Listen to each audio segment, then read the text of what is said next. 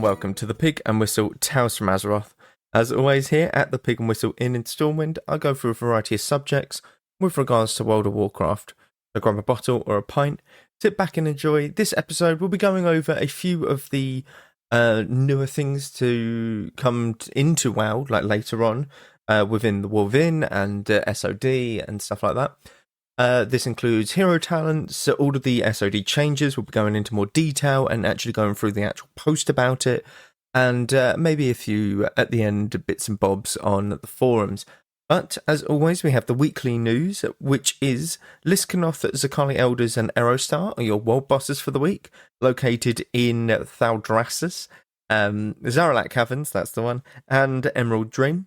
Arena skirmishes are your bonus event for this week. This means that you get more honour for competing in arena skirmishes. This is good if you're an up-and-coming PvP player. It's good to learn in these skirmishes, and you are gearing and making gold now, actually, whilst you are doing so. Gravity Lapse is your brawl for the week. This is Eye of the Storm, and essentially every 30 seconds, everyone is flung up into the air, and you can direct yourself to another part of the map if you wish to do so. And it's just a very quick way of traversing the map and essentially keeping things spicy is the best way to put it. Incorporeal, Spiteful and Tyrannical are your mythic affixes for the week. Incorporeal, there are stuff that spawns, you simply need to CC it, whether it be a clone, polymorph, blind, anything like that. Spiteful, when you kill mobs, a Spiteful Shade will spawn. Make sure to kite this or kill it. It will die off by itself, but it will fixate a random target. Just don't get hit by it. They're not friendly. Your healer will hate you, and you'll get some healer rage. Tyrannical is the final affix. This is where the bosses and the mobs that they spawn have increased health and damage, so bring a talent build that can accommodate for that. So, with all that being said, what I will start off with is hero talents. Now, for those that don't know what hero talents are, is they are a new feature that is coming from War Within. I'll allow this to do the explanation. Hero talents are new self-contained talent trees that players access at level 71. So you are currently level 70 in Dragonflight, 71 is 71 to, or 70 to 80 is the next expansion. Hero talents build on the abilities and talents of current classes and specializations. Players can choose a single hero talent tree to activate on a character, and these talents can be changed in the same way class talents can be currently changed in the game. There are 3 hero talent trees for each class, excluding Druids and Demon Hunters. Demon Hunters have 2, Druids have 4. Each specialization has 2 hero talent trees they can choose between, and each of these trees is available as an option for 2 specializations. For example, warriors have 3 hero talent trees, Slayer, Colossus and Mountain Thane. Fury has access to Mountain Thane and Slayer. Protection has access to Mountain Thane and Colossus. And Arms has access to Colossus and Slayer.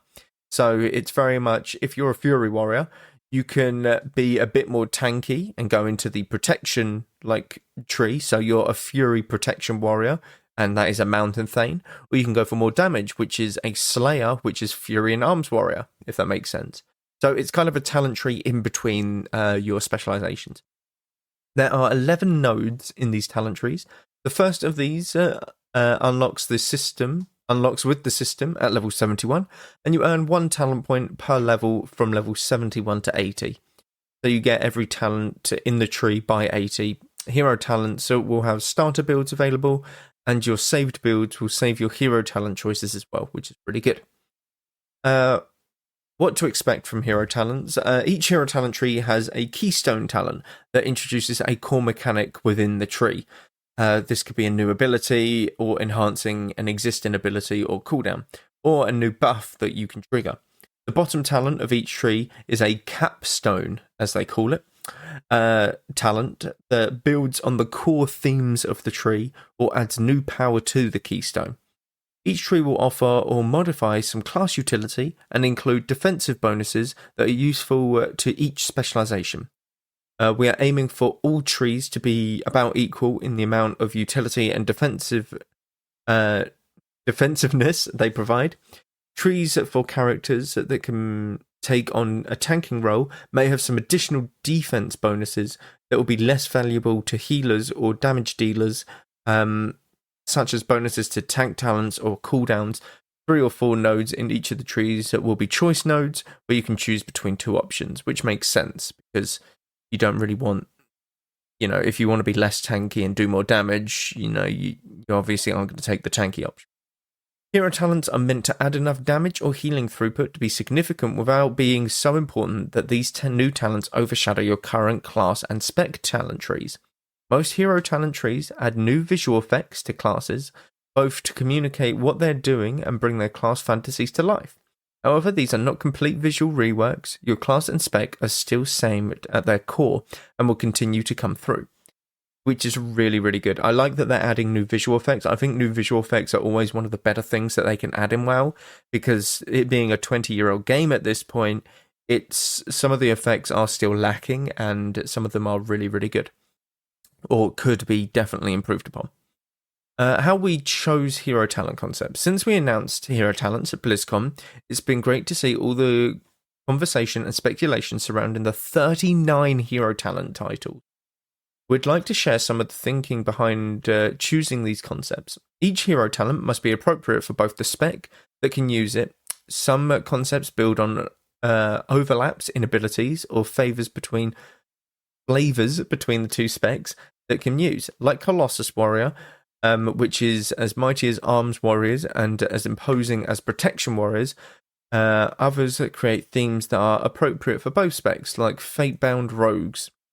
Hero talents also retain your combat role and the gear that you use, so you're not competing for new types of gear for iconic World of Warcraft character archetypes. Oh my god, that word doesn't sound right to me anymore. We wanted to be sure that we could deliver the fantasy with World of Warcraft classes. Blade Masters just wouldn't be Blade Masters without the ability to windwalk and mirror image. That's really cool, actually. So what a Blade Master is, essentially, if you think of old Warcraft, there was a orc.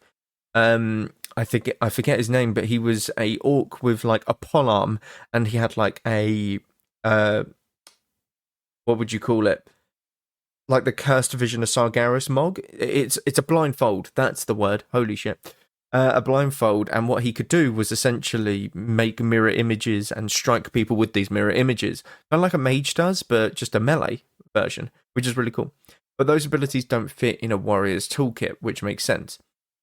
Lastly, there are several iconic character archetypes that are strongly tied to specific races and factions, such as Keeper of the Grove or Mountain Thane. It's exciting to embody these storied archetypes, but we want to ensure that characters of every race and faction can see themselves as those archetypes. We're open to feedback on what feels good for your character versus what is frustrating. So, the talents that they have given us now, and these are the 8 new talents, is Elune's Chosen, Windstalker Druid, Scale Commander Evoker, Herald of the Sun Paladin, Templar Paladin, Trickster Rogue, Diabolist Warlock, and Colossus Warrior. Now, a lot of the Chosen of Elune, or Elune's Chosen One, will be based around your Fury of Elune or your Full Moons, essentially. Your Windstalker Druid is essentially giving you more healing and sustain, and just more sort of damage buffs overall, with Feral and Resto Druid. I should be saying that Elune's Chosen is between a Guardian Druid and a Balanced Druid. So that's what it's in between, essentially, okay? That's what it's a hybrid of. Windstalker Druid is Restoration Druid and Feral Druid. Scale Commander Evoker is Augmentation and Devastation Evoker, so the 2 DPS ones. The Herald of the Sun Paladin is Retribution and Holy. So this one's actually kind of cool. It just sounds so cool. Herald of the Sun Paladin. Sounds so cool. Templar Paladin is Retribution and Protection Paladin. You have Trickster Rogue, which is Outlaw and Subtlety Rogue. You have Diabolist Warlock, Demonology and Destruction Warlock. And then you finally have Colossus Warrior, which is Arms and Protection.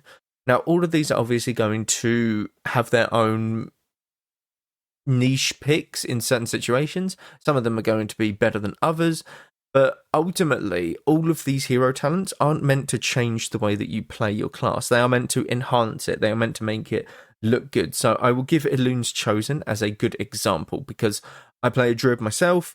I play Balanced Druid, and this is the one that I know the most about at the moment because it's the one that I've really gone into depth with and had a look. So, Boundless Moonlight. Full Moon cools down 2 minor moons that deal astral damage and generate 3 astral power. For Guardian, Lunar Beam now causes you to leech life equal to 10% of all damage dealt to enemies. And then for both specializations, Fury of Elune now ends with a flash of energy, blasting nearby enemies for astral damage, which is really good. This is your core ability at the very top, and then it splits into 3. So you have 3 different ways of going about this. So you have Moon Guardian, for balance, Moonfire and Sunfire generate 2 additional astral power. And for Guardian, 3 automatic Moonfire from Galactic Guardians generate 5 rage. Okay, very good. Lunar Insight, Moonfire deals 10% more damage. Okay, that's just simple. And then Glistening Fur, Bear Form and Moonkin Form reduce arcane damage taken by 6%, and all other magical damage by 3%. Okay, so this is a bit more of a tanky option. The middle one is very much, it can be good, it can be bad. And then the left one is very much, if you want to go into more of a class-specific, or spec-specific, I should say, choice. The lines below this, Lunar Amplification. Each non-arcane damaging ability that you use increases the damage of your next arcane damaging ability by 3%. This stacks up to 3 times. Okay, so if you have something that you can ramp up damage with, maybe in a PvE scenario for this one, is what I'm thinking, because PvP, it's tough to be able to get the most out of this.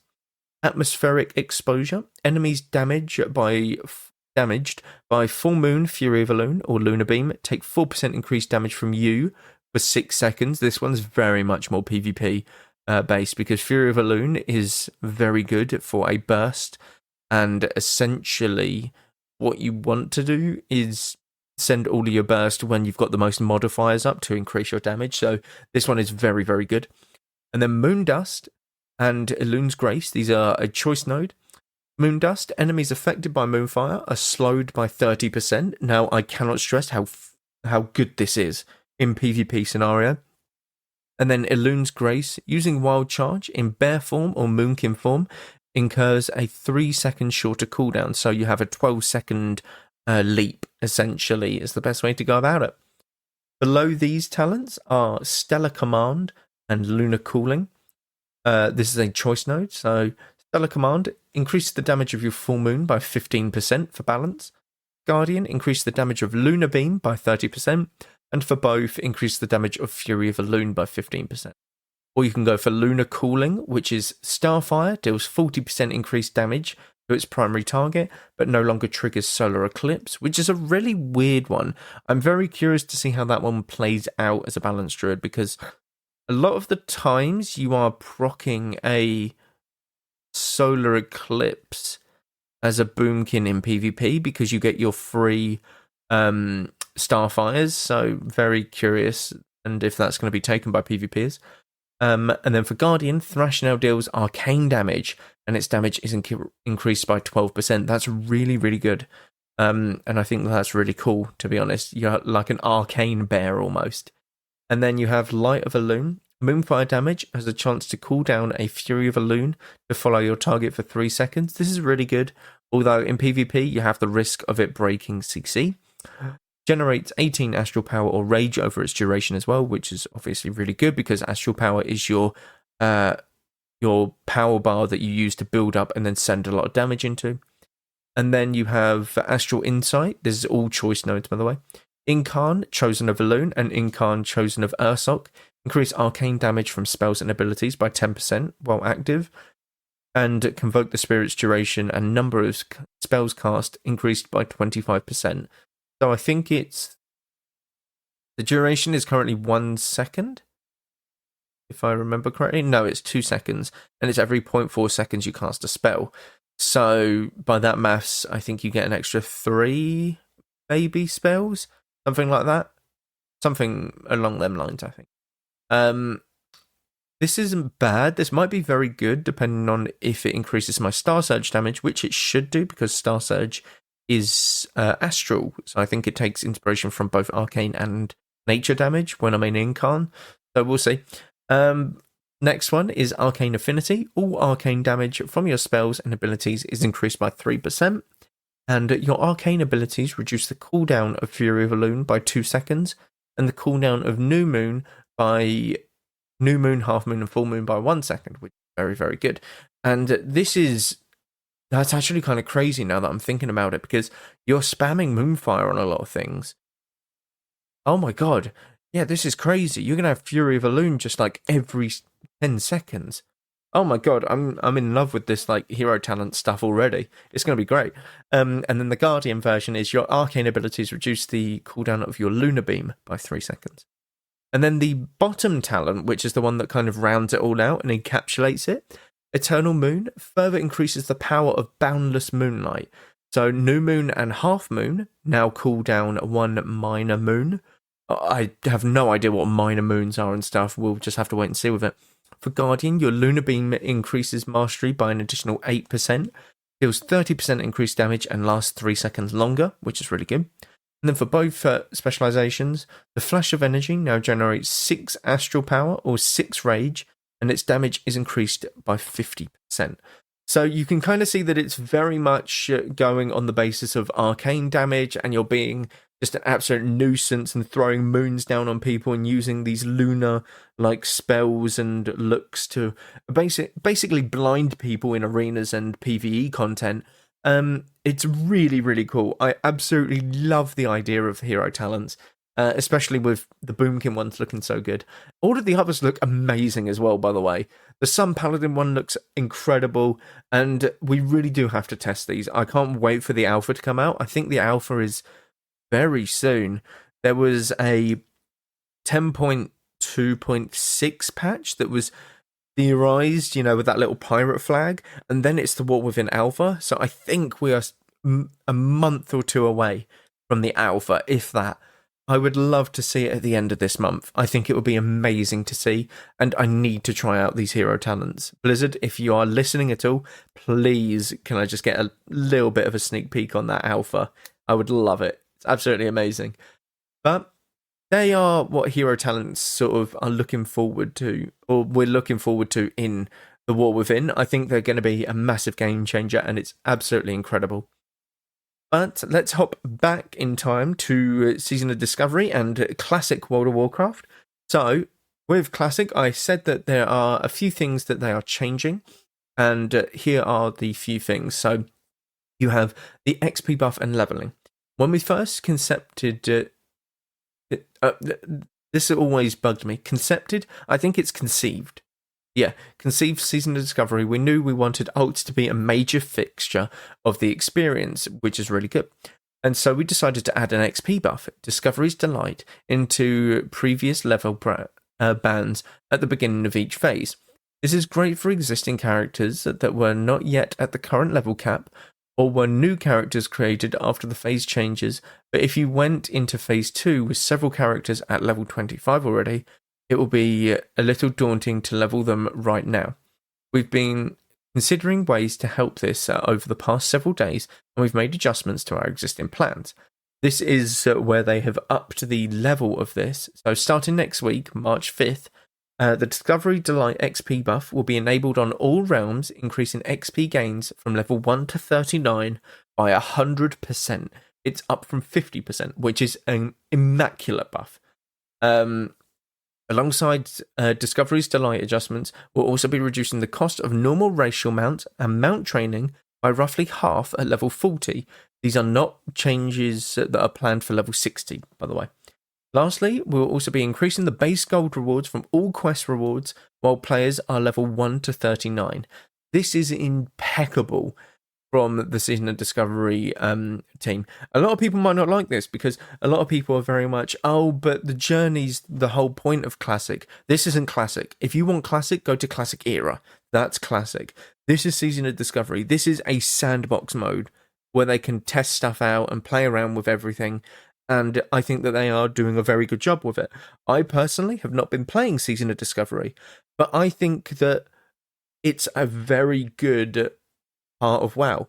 I think it's a very healthy part of WoW, and I think it's a very popular part because it's taking Classic but giving it a twist. And that twist is the runes, is the XP buff, is the alt-friendlier version of Classic. And I think if Classic had given us this buff back in 2020 or whenever we were going into Burning Crusade, I think we would have been fine. I think people would have been a bit more open to the idea of leveling alts and a bit more open to the idea of keeping Naxxramas and, Classic open a little bit longer before heading into Burning Crusade, maybe by like a few months even, because that XP buff is huge for leveling. And some people got fed up with the leveling in Classic. That's all it is. I leveled 2 characters. I had one that was level 50 as well, and it was just a drag. I couldn't keep up with leveling them characters because it was such a time sink that it was almost impossible to do so. And that's with me playing quite often. People who are very much casual at Classic didn't have that opportunity. So whatever they're doing here, it's amazing to see because it's the right choice in my opinion. Raid size at level 60. Recently a hot topic of debate is the raid size at level 60, and we've been watching the commentary on this closely. To help quell confusion, here's a look at exactly what to expect in the next few phases or in term of raid size. Yet to be announced level 50 raid will be a 20-player experience. Molten Core will also be a 20-player experience in Season of Discovery. Past that, we are still discussing exactly what raiding in the later tiers of Season Discovery will look like in terms of raid size. For a bit of background, when we first concepted Season of Discovery, we felt that it was perfectly natural of a version of original World of Warcraft to have 40-player raids. This is partially because the development time scale needed was not planned within the scope of what we set out to accomplish on the aggressive schedule we have, but mostly because 40-player raids felt like such a defining characteristic of original WoW, and are utterly unique to this version of the game. It wasn't really even a consideration to eschew them entirely. ESCHEW. That is not a word, right? I don't know. Gut them entirely is what I'll say. When we set out our create our level up raids, however, we did feel that asking people to field 40 players would be a tall ask at level 25, which it's a good thing to see. We wanted these first few raids to be somewhat easy to form a pickup group for as well. As a result, we decided on 10-player experiences instead for the first 2 level up raids, as we've played the game ourselves and watched how other players have approached community building. We've realised that we've set some communities up to potentially struggle a bit by asking them to recruit up from 1 or 2 10-player raid groups to a full 40, should they choose to. As a result, we wanted to make clear now that our plans are to start bridging from 10-player raids to higher raid sizes, which is really good that they're communicating this. You know what? The Season Discovery people, the people who are working on Season of Discovery are communicating stuff really, really well. And I wish that retail did this a bit more. I get that there's a lot to do in retail, but having people just figure out like, oh, hero talents are out, like, great, is, yeah, nice, but we need some sort of clarity on, we're aiming around this sort of time frame. And I know people don't like to be given a time frame for alphas, betas, stuff like that, but to have that sort of time frame, it gives the player base like, okay, maybe in a month's time we'll have an alpha. If they delay it, they won't delay it by long. And I get that they would want to be delaying it because they want everything to be like right or something. Some people don't think like that. Some people are like, well, you said this date and, you need to stand by that. And they're the people that ruin it. I would very much like a little bit more communication though, just on the sort of game plan and what's going on currently. But it is what it is. We can't really ask for much more. They are bringing out hero talents. They are bringing out a bit more, but that little bit of communication is what's needed, in my opinion. While overhauling all 40-man raids down to 20 would be theoretically possible, this may be prohibitively difficult and direct significantly from the other features and contents we have planned to implement in the post-60 season of Discovery. We are doing some investigation now to help us understand what will be needed and what framework of the original WoW data can support in this regard. There are some features that cannot currently exist in original WoW as well, such as flex raiding, so we are constrained in exactly what we are able to do here. Molten Core is definitely unique here in that it's simple enough mechanically and under the hood that it will be relatively easy to par down to a 20-player experience, which is really good. The examples that I was going to give with this, and I gave on Wednesday, is Molten Core is very simple. You are correct, because a lot of the mechanics are someone's got Living Bomb, go stand over there and blow up yourself. That kind of deal. Whereas in Naxxramas, if you have 4 horsemen, you had 40 people in Naxxramas, you needed 8 tanks and 8 healers for one boss fight.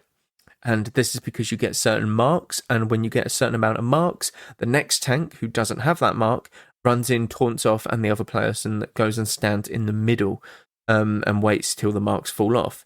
And the healers rotate, so that there's always one healer still standing there, like healing the tank, but the other is running to the next mark to make sure that, there's, a constant rotation and stuff. So them sort of bosses, I do understand that will need a bit of adjusting, to say the least. Itemization changes at level 60 are changing drastically. This is because essentially a lot of the niche specs want to be playable. So they have plans to make adjustments and difficulties to all raids, as well as a power level of rewards available. This does not mean making raids harder or easier across the board relative to player power, but looking individually at each experience and defining what those experiences are about and what their purpose is. Theoretical example, a raid that may be traditionally considered a catch-up raid, such as Zul'Gurub, could see adjustments that bring their challenge level up slightly, but also greatly increase the quality and diversity of the rewards so that they feel like a viable progression path alongside other current content in that phase, such as Blackwing Lair. That's really good. So you aren't bottlenecked to go to Zul'Gurub and then you can go to Blackwing Lair. You can pick and choose. So, I prefer doing Zul'Gurub over Blackwing Lair. Okay, do that instead. You'll get the same amount of gear. You'll get the same quality and, how good the gear is. You might need 1 or 2 things from Blackwing Lair, like a trinket specifically, but that's always classic for you, isn't it? But that's really, really good. On the flip side, we also always wanted to make sure that any 40-player raids that exist remain approachable, i.e. able to complete in pickup groups, and they maintain that soda and pretzels feel of 2019 classic raiding. Not sure what that saying is. Where you could bring almost any group composition or experience level and have success, which is really, really good. Now, they just go on to say, we want your feedback, and people who play Season of Discovery, if you do want your feedback, simply go onto the WoW forums, and there are the posts from Season of Discovery there, and, hero talents, etc., etc. But this is really good communication from Season of Discovery. For those that want to try it, I think that it's actually a very good version of the game to try at the moment. I think it's a very fun version of the game, and it's definitely something a bit different. But honestly, try it out. If you don't like it, you don't like it, but I think it's one of the best versions of WoW at the moment. To be honest with you, I definitely am standing by that, and I don't even play that version. But that is it for this episode. Thank you all very much for listening, as always. Do check out all of the socials down below. Constant stuff happening over there. But thank you all very much once again. And go with Valor, friend. Goodbye all.